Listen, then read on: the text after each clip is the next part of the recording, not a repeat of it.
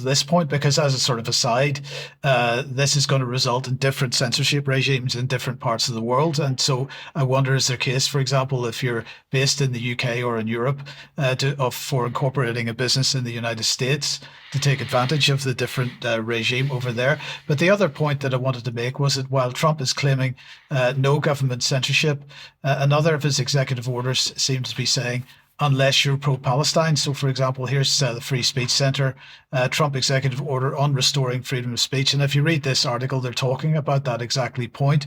This exact point. Now, you've got some more on this. Well, Patrick? I think we need clarification on this. And speaking of X, I'll bring this up. Now, this is also a tutorial for our viewers at UK Column on how to spot fake news. So this is a typical account that Elon promotes and probably pays $5 or $10 grand a month in X monetization.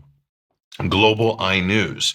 And with all of these accounts, you'll see breaking and then a headline and then JPEGs. No link to the source. You're just supposed to trust the anonymous sock puppet account. And that's the system that Elon has been promoting since he started the monetization. These are the accounts that get all of the traffic and they make all the money on X monetization. Now, what is he saying? Donald Trump signs an executive order allowing deportation of foreign students who express support for Hamas or Hezbollah. Now, you're reading that. Now, I was shocked by this, of course. The question is it true or is it false? And I fell for this, of course, because I was almost certain that that was the case until I got legal advice from some of our legal experts on X on this. So this is actually false. It's partially true. The nuance, of course, is very, very important here. Let's look at this here. Now, this is Jenin Younes. She's a lawyer for the New Civil Liberties Alliance. She represented a lot of the Great Barrington Declaration people who also felt that their liberties were violated during COVID, all the anti-lockdown people, Jay Bhattacharya and people like this. So she is an excellent source on this. Let's see what she has to say. The vaguely worded executive order by Trump actually does not allow for the deportation of students who expressly support these groups. Vanishingly few, despite the media will have you believe that conflating pro-Palestinian activism with support of Hamas. So she's making a good point there. And she goes on here and she says, it also provides for the deportation of foreign students who bear, quote, hostile attitudes towards the U.S. citizens, culture, government, institutions, or founding principles. Incredibly vague. This is actually worse than we thought on a certain level here. She says, if history is any judge, this executive order will be weaponized against non-citizen students who express pro-Palestinian views or criticize the Israeli government. And then she goes on, the vague, expansive wording will also mean that it can be used to deport students who criticize the Trump administration, possibly, or really express any number of views. And finally, just to wrap this up here, it is likely to have a severe chilling effect and is inconsistent with the free speech principles, i.e. The First Amendment here. So really important point. Yes, I mean, this is something we're seeing on both sides of the Atlantic here. In the UK, we've been talking about this with the Online Safety Act, the vagueness of the language used, the fact that it's open to such broad interpretation, it could mean absolutely anything. And we're seeing this within Trump's language as well. All of the language with any of the regulations to do with anything on online speech is incredibly vague. And I will even go so far as to say it almost sounds vacuous.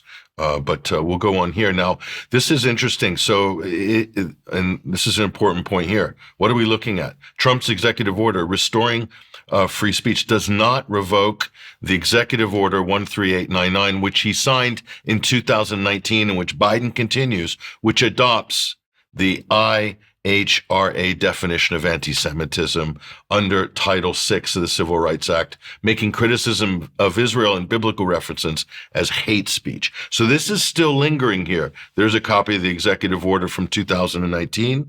Now, how you enforce that is another thing. And if the Supreme Court will eventually rule on these cases, it's of course going to get defeated on First Amendment grounds. But what sort of hell is it going to create for the life of people who end up falling foul of this, whether they're students at Harvard University, which we'll come to in a moment? And look at this. Harvard adopts a definition of anti-Semitism for discipline cases. Now, this came off the back of the Palestinian student protests, part of a settlement in 2 lawsuits filed by Jewish groups that accused the school, Harvard in this case, of not doing enough to prevent and punish anti-Semitism on campus. They're talking about pro-Palestinian human rights protests, which they conflated with pro-Hamas. Now, Glenn Greenwald did a really great analysis of this on Systems Update here, and these are the 3 main items. This will get you disciplined or kicked out of Harvard or whatnot. Manifestations might include the targeting of the state of Israel, conceived as a Jewish collectivity. Again, very strange language here. Accusing Jewish students of, we'll go back. Accusing Jewish students of being more loyal to Israel or to the alleged priorities of Jews worldwide than to the interests of their own nations.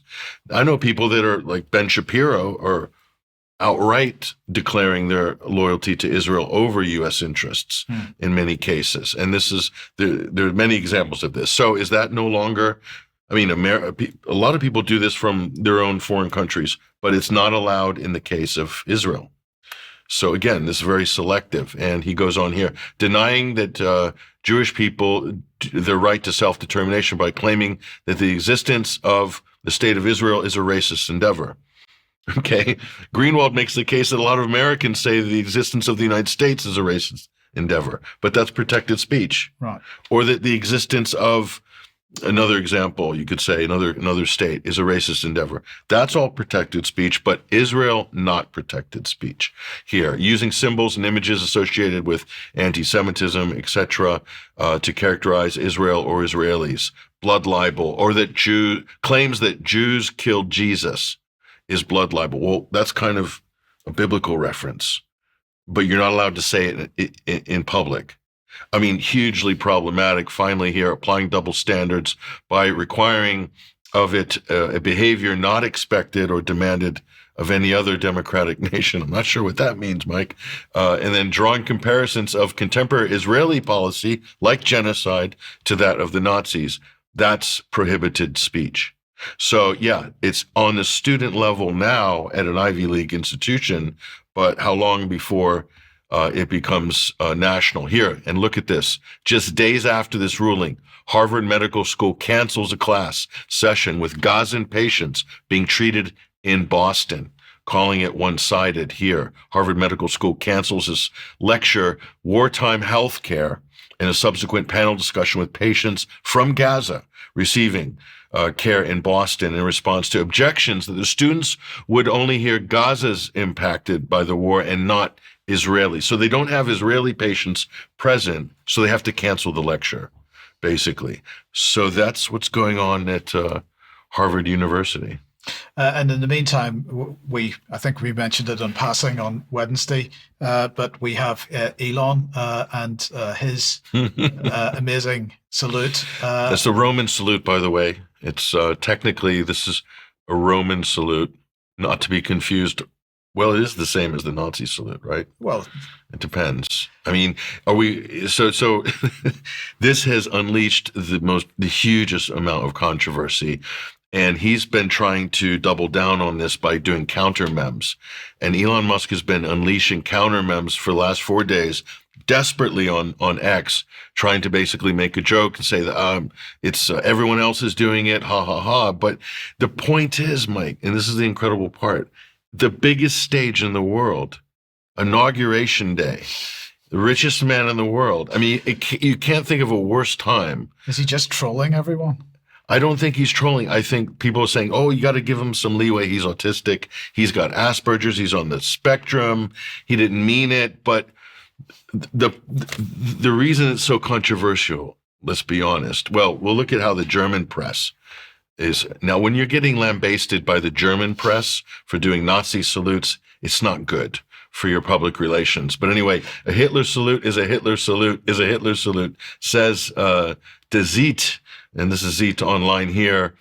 I can't pronounce that in German, but but anyway, he's getting raked through the coals in Germany. That's also not good because he's also being challenged legally with regards to X under all the different regulations. So this isn't helping his cause.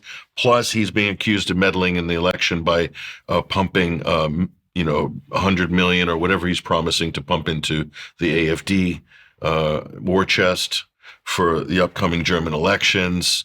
And he's demanding policies be implemented. And he's kind of like doing foreign interference, basically.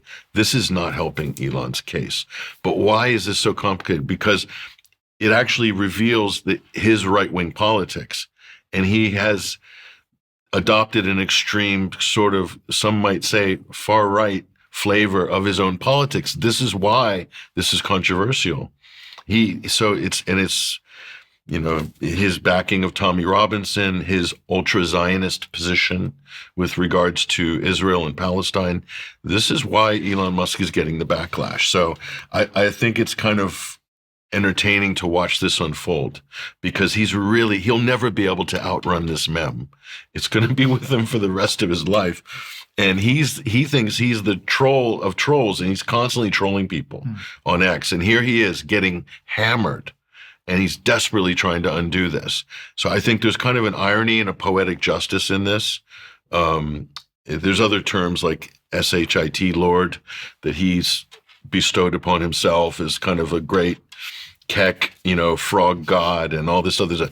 And so now he's basically running scared after the inauguration, desperate to somehow smooth this out. Well, sticking with him for a second, when Trump was announcing his latest executive orders yesterday during the Q&A afterwards, he was asked about this new AI scheme that what was Stargate that they're called. That's not what they're calling it. Project Stargate. Stargate, and he was talking about. He was asked about Elon Musk and what Elon's views of Project Stargate were, and Trump was very keen to make it clear, well, Elon really hates one of the people involved in that. Who would that be? That would be Sam Altman, the head of OpenAI. And is this just jealousy because Sam Altman effectively kicked Elon out of that project?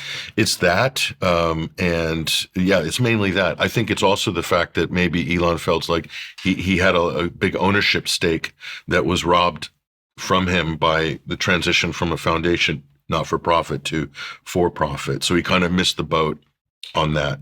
So there's a real bad blood there. And Sam Altman is very much Israel's guy, basically. So, there's... As is Larry Ellison, of course. Yeah, as is Larry Ellison. So Elon's kind of, Trump, Elon, Sam Altman. This is a messy area here.